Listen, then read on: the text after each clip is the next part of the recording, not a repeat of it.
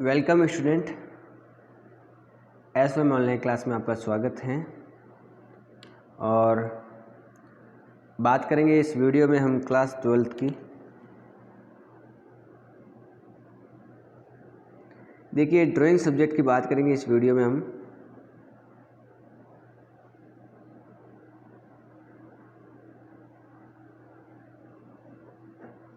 ठीक है, और हम पढ़ रहे थे राजस्थान की स्थापत्य कला और मूर्ति कला के बारे में। हमने शुरू की थी आबानेरी की मूर्ति कला के बारे में। कहाँ की मूर्ति कला? आबानेरी की। ठीक है, और आबानेरी के अंतर्गत हमने बात की थी कि जो वहाँ एक मंदिर है, दो मंदिर की हमने विशेषकर बात की थी। सबसे पहले बात की हर्षत माता के मंदिर की। जो हर्षत माता का जो मंदिर है, हमने कहा कि जो आबानेरी है वहाँ पर है, दौसा ज़िले के अंदर। तो हम इसकी बात कर रहे थे कि ये जो मंदिर है इसमें माता की 6 फीट की नीलम के पत्थर की मूर्ति बनी हुई थी, जो 1968 के अंदर उसकी चोरी हो गई थी। और इसके अलावा इस मंदिर के जो गर्भगृह में सीमेंट और चूने का प्रयोग नहीं हुआ है। मंदिर दोहरी जगती पर बना हुआ है और इस प्रकार के बार उस जगती पर धार्मिक और लौकिक जीवन से जुड़े हुए दृश्य बने हुए हैं, ये ध्यान रखना है आपको। अगर बात करें मंदिर के भीतर भाग में और क्या क्या कौन कौन सी मूर्तियाँ हमें दिखाई देती हैं, तो मंदिर का जो अंदर वाला भाग है, अलग अलग भागों में हम देखें हैं तो हमें अलग अलग मूर्तियाँ दिखाई देती है। एक तो महिष मर्दिनी की जो मूर्ति है वो दिखाई देती है, एक दुर्गा की मूर्ति दिखाई देती है, एक पार्वती की मूर्ति दिखाई देती है, एक अर्धनारीश्वर की जो मूर्ति है वो भी हमें दिखाई देती है। ठीक है, इसके अलावा हमें और भी मूर्तियाँ दिखाई देती हैं वहाँ पर हैं। अगर उन मूर्तियों की बात करें तो शिव जी हैं, विष्णु भगवान है, सूर्य है।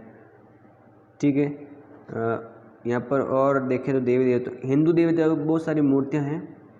भैरव हैं, यक्ष यक्षिणी की जो मूर्तियाँ हैं वहाँ पर लगी हुई हैं। हर्षत माता का जो मंदिर है वहाँ पर कौन कौन सी मूर्तियाँ हैं, तो ये बहुत सारी मूर्तियाँ हैं।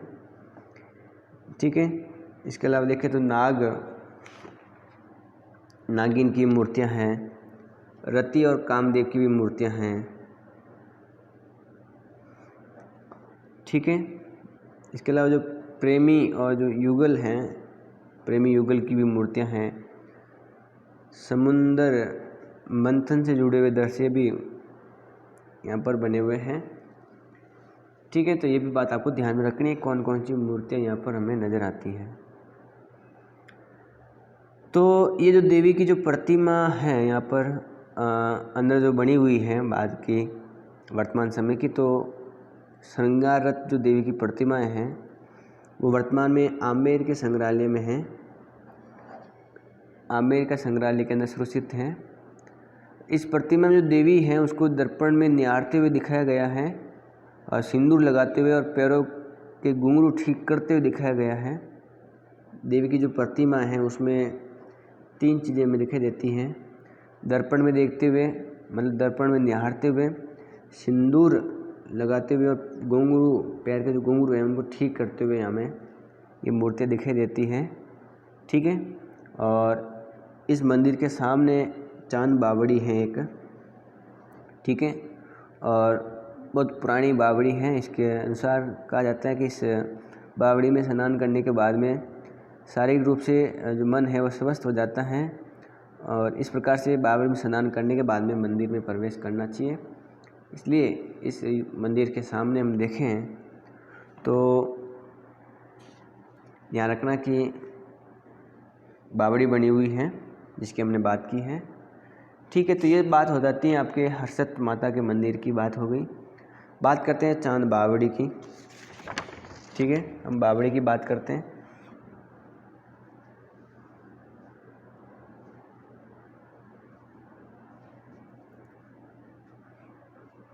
तो हम पढ़ेंगे चांद बावड़ी।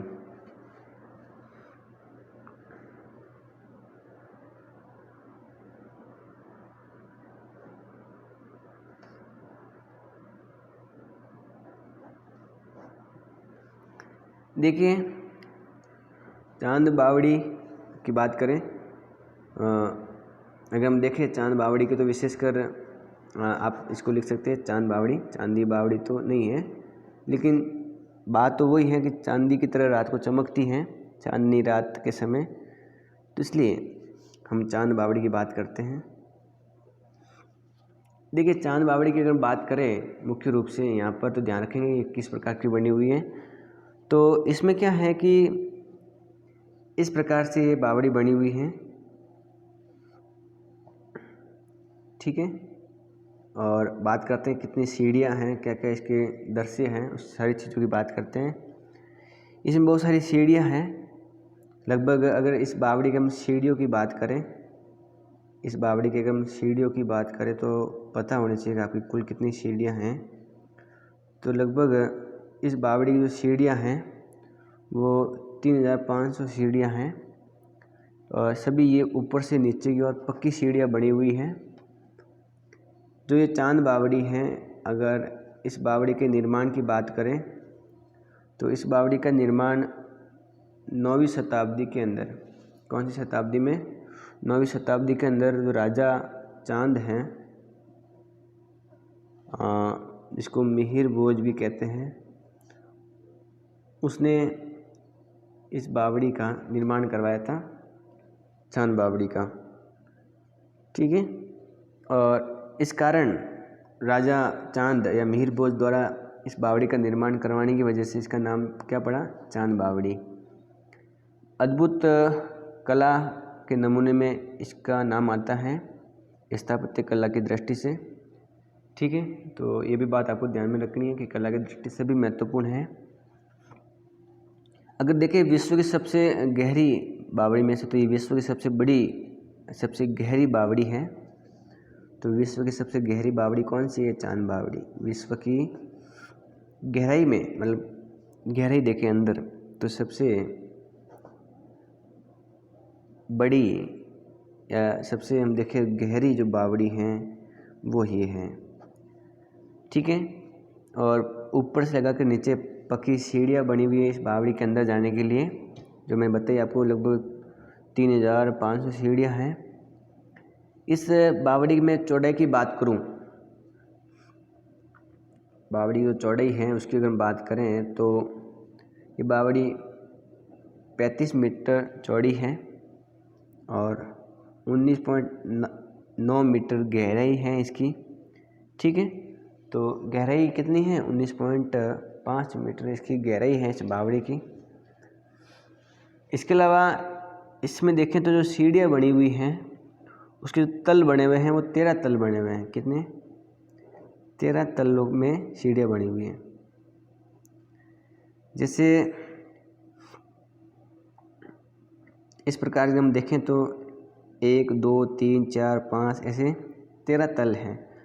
फिर यहाँ पर इस प्रकार से सीढ़ियाँ बनी हुई हैं अलग अलग रूप से, अलग अलग रूप से, ठीक है। इस प्रकार से सीढ़ी आप आराम से देख सकते हो।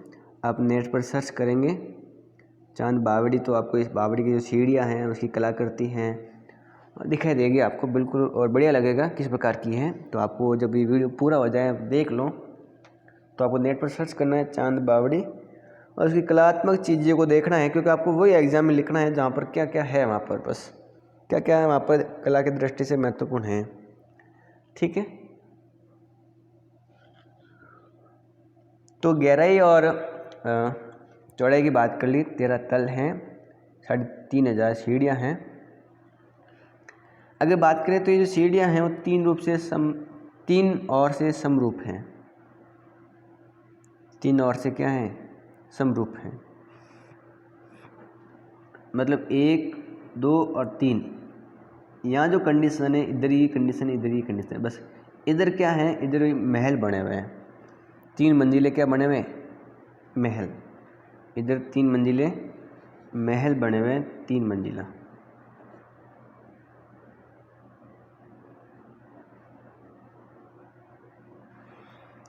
ठीक है। ये ध्यान रखना आपको। जब आप सर्च करेंगे तो आराम से 3 मंजिल का महल भी देख सकते हो कि कौन सा बना हुआ है 3 मंजिला महल।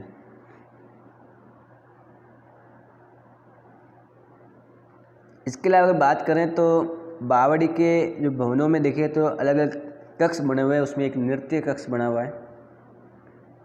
क्या बना हुआ है? नृत्य कक्ष। और बावड़ी की जो सबसे नीचे जो मंजिल है, इस बावड़ी की सबसे नीचे वाली जो मंजिल है, इस मंजिल में देखें तो 2 ताखे बने हुए हैं। क्या बने हुए हैं? 2 ताखे बने हुए हैं। 2 ताखे बने हुए हैं और इसमें देखें तो गणेश जी की, इसके अलावा महेश मर्दनी की प्रतिमाएं बनी हुई हैं। ठीक है, 2 ताखों के अंदर, ये ध्यान रखना है आपको। तो मैंने कहा कि ये जो है सबसे नीचे कक्ष, उसकी बाहर की ओर देखिए बावड़ी सबसे नीचे मंजिल पर 2 ताखे बने हुए हैं और उसमें गणेश जी और महिषासुर की मर्दिनी की जो क्या है, मूर्तियां हैं। अगर बात करें तो यहाँ 17 किलोमीटर की एक लंबी सुरंग भी है, लेकिन गुप्त है। ठीक है, और बावड़ी के चारों ओर स्तंभ युक्त वर्गाकार बरामदे भी बने हुए हैं। बावड़ी के चारों ओर बरामदे बने हुए हैं, स्तंभ लगे हुए हैं। ठीक है, वर्गाकार के रूप में, ये भी ध्यान रखना है आपको।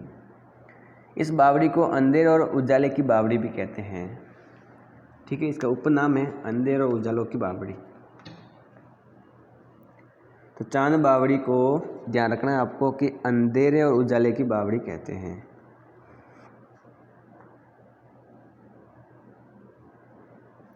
ठीक है, क्योंकि चांदनी रात में इस बावड़ी का दृश्य चंद्रमा के रोशनी की वजह से और भी अद्भुत और कह सकते हैं आभायुक्त हो जाता है।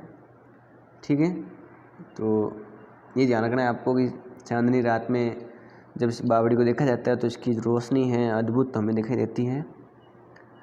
आबानेरी की अगर हम और बात करें, ये तो चांद बावड़ी की बात की है, अगर हम आबानेरी की बात करें मूर्ति कला, तो आबानेरी की जो भी मूर्ति कला है उसमें हमें महामारू शैली दिखाई देती है।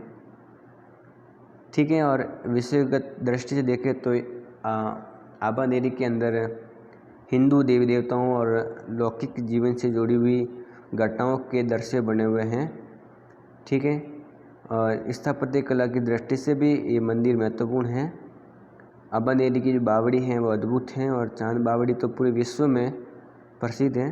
तो ये ध्यान रखनी, हमने चांद बावड़ी और हर्षद माता के मंदिर की बात की है आबानेरी के। तो ये सारी महत्वपूर्ण आबानेरी की बात अब ध्यान में रखनी है। अब बात करते हैं अपने जगत उदयपुर की। जगत उदयपुर की, जगत की कला देखते हैं उदयपुर की। ठीक है, तो महत्वपूर्ण कला उसकी हम बात कर लेते हैं। देखिए, जगत उदयपुर की बात करते हैं तो जगत जो है वो उदयपुर से दक्षिण पूर्व दिशा में 50 किलोमीटर की दूरी पर एक गांव है। जगत एक विलेज है। कौन सी डिस्ट्रिक्ट का? उदयपुर का। उदयपुर का जो उदयपुर है उसके दक्षिण पूर्व में 50 किलोमीटर दूरी पर एक गांव है जिसका नाम है जगत, और ऐतिहासिक गांव है, कला की दृष्टि से महत्वपूर्ण गांव है। ठीक है, तो ये बात ध्यान में रखनी है। इस गांव की बात करें तो इस गांव में 10वीं शताब्दी की बहुत सारी कला की दृष्टि से अलग चीज़ें बनी हुई हैं और 10वीं शताब्दी का एक मंदिर बना हुआ है इस गांव में, अंबिका माता का मंदिर। ठीक है, और अगर देखें तो ये जो मंदिर हैं, ये जो खजुराहो में जो लक्ष्मण मंदिर की हमने बात की थी उसके समान निर्मित किया गया है। ठीक है, तो खजुराहो के जो मंदिर हैं, उस खजुराहो का जो लक्ष्मण मंदिर है उसके देखते हैं कि उसके जैसा बनाया गया है, उसके काल उसकी समय के दौरान बना हुआ ये मंदिर है, अंबिका माता मंदिर। और अंबिका माता मंदिर की बात करें तो ये सिंपल सी बात है कि जगत ग्राम में स्थित है और माता देवी दुर्गा को इस दुर्गा के लिए बनाया हुआ है। माता देवा या माता जो देवी हैं दुर्गा, उसके लिए बना हुआ है ये मंदिर। की अगर मूर्तियों की बात करें तो इस मंदिर में अलग प्रकार की मूर्तियाँ भी हैं और उपमा दी जाती है कि राजस्थान का खजुराहो भी कहा जा सकता है। इस मंदिर को हम इस प्रकार से राजस्थान का खजुराहो भी कह सकते हैं। इस प्रकार की मूर्तियाँ यहाँ पर हैं कि खजुराहो में जिस प्रकार हज़ारों मंदिर बने हुए हैं उसी प्रकार, लेकिन राजस्थान का जो खजुराहो है वो किराडू को कहते हैं, लेकिन हम ऐसे इसको भी हम कह सकते हैं कि ये राजस्थान का खजुराहो है। मंदिर के अंदर देखें तो सभागृह बना हुआ, एक क्या बना हुआ है, सभा गृह बना हुआ है और उसमें सभागृह में एक शिलालेख लिखा हुआ है, शिलालेख है। उस शिलालेख पर देखें तो उस शिलालेख का जो निर्माण है उसको वापस जो बनाने का जो काम है वो 1017 ईस्वी में विक्रम संवत 1017 के अंदर जो गोइल वंश के राजा जो रावल जो अल्लाट है उसने करवाया था। अगर बात करें तो उसके जो पुत्र है जिनका नाम था नरवाहन, उसके शासनकाल का एक व्यक्ति था वल्लुका। उस वल्लुका का जो पुत्र था जिसका नाम था संवापुरा, उस नामक व्यक्ति ने इसका जीर्णोद्धार कराया था। इसके अंदर जो शिलालेख पड़ा हुआ है, तो मैंने आपको बताया कि इस मंदिर में जो शिलालेख है, इस मंदिर का जो शिलालेख है इसका जीर्णोद्धार मतलब टूटने के बाद में वापस जो पुनर्निर्माण करने का जो काम है वो अगर हम बात करें तो किसने करवाया था, तो जो गोइल वंश के जो राजा अल्लाट थे और उनका एक बेटा था जिनका पुत्र नरवाहन, जब उसके शासनकाल के समय एक व्यक्ति था वल्लुका, ठीक है, और वल्लुका का एक बेटा था संवापुरा। उस व्यक्ति ने यहाँ जो स्तंभ है, जो शिलालेख है, कहाँ पर, इस मंदिर के सभागृह में, अंबिका माता मंदिर के सभागृह में उसका जीर्णोद्धार करवाया था। बात करें तो मंदिर के परिसर के चारों ओर से एक विशाल परकोटा ये बना हुआ है। मंदिर जो है वो एक परकोटे के रूप में गिरा हुआ है, ठीक है। जैसे मंदिर मान लो इस प्रकार का बना हुआ है, तो चारों तरफ क्या है, एक परकोटा बना हुआ है इस प्रकार का, दीवार इसको हम कह सकते हैं।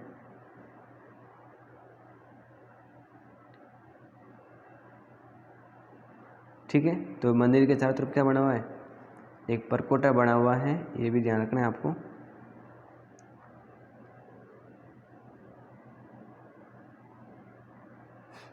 ये हो गया प्रवेश द्वार, यहाँ से गेट हो गया। तो एक बात तो ये ध्यान रखनी है आपको कि मंदिर के चारों तरफ क्या बना हुआ है, परकोटा बना हुआ है, ठीक है। और ये जो मंदिर है, इस मुख्य मंदिर के जो पूर्व दिशा में देखें, कौन सी दिशा में, पूर्व दिशा में देखें तो पूर्व दिशा के 50 फीट दूरी पर, जहाँ से मतलब यहाँ से बीच में जो दूरी है 50 फीट दूरी, उस पर हम देखें तो यहाँ पर प्रवेश मंडप बना हुआ है। क्या बना हुआ है, प्रवेश मंडप इस प्रकार का बना हुआ है। जैसे ये मंदिर है, इसकी पूर्व दिशा के अंदर 50 फीट दूरी पर क्या बना हुआ है, एक प्रवेश मंडप बना हुआ है,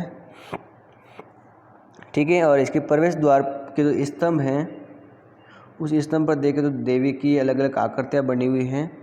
और इसके प्रवेश जो मंडप है, उसके जो स्तंभ हैं, उसके ऊपर अलग अलग देवी की आकृतियाँ हैं। और छत है, उस छत पर हम देखें तो समुद्र मंथन की अलग अलग आकृतियाँ बनी हुई हैं, समुद्र मंथन की, ठीक है। तो ये भी बात आपको ध्यान में रखनी है। इसके अलावा प्रवेश मंडप के बाहरी वाले भाग के अंदर तो समुद्र मंथन के दृश्य बने हुए हैं। इसके अलावा देखिए तो प्रवेश मंडप के बाहरी हिस्से में, जो प्रवेश मंडप है उसके बाहरी हिस्से में प्रेमी युगल की आकृतियाँ भी बनी हुई हैं, ठीक है। तो ये भी ध्यान रखना है आपको। तो हमने बात की जगत की कि जो जगत मंदिर है उसकी कौन कौन सी विशेषता है। तो पहली बात है जगत कहाँ है, तो उदयपुर में है। उदयपुर के दक्षिण पूर्व दिशा में 50 किलोमीटर की दूरी पर है। जगत में जो माता अंबिका माता का जो मंदिर है तो क्वेश्चन आता है कि अंबिका माता का मंदिर कहाँ है, कौन सी माता बताई मैंने आपको, अंबिका माता मंदिर। तो कहाँ है ये, जगत के अंदर है, ये ध्यान रखना आपको। जगत में जो स्तंभ है, इस स्तंभ सभा मंडप का जो स्तंभ है, उस स्तंभ पर एक शिलालेख लिखा हुआ है। इसके जो जीर्णोद्धार हैं वो गुल वंश के जो राजा अल्लाठ हैं, उनके जो पुत्र नरवाहन हैं, उनके समय जो व्यक्ति वल्लूक का था, उसके जो बेटे सम्मापुरा हैं, उसने करवाया था। मंदिर की हमने विशेषताओं की बात की थी कि प्रवेश मंडप है, परकोटा है, ठीक है, परकोट से मंदिर घिरा हुआ है और अलग अलग प्रकार की यहाँ मूर्तियाँ हैं 10वीं शताब्दी के लमसम की। तो ये बात आपको ध्यान में रखनी है। तो आज के लिए इस वीडियो में इतनी, बाकी बात करेंगे अगली वीडियो में। वीडियो को लाइक करें, चैनल को सब्सक्राइब करें और वीडियो को शेयर ज़रूर करें।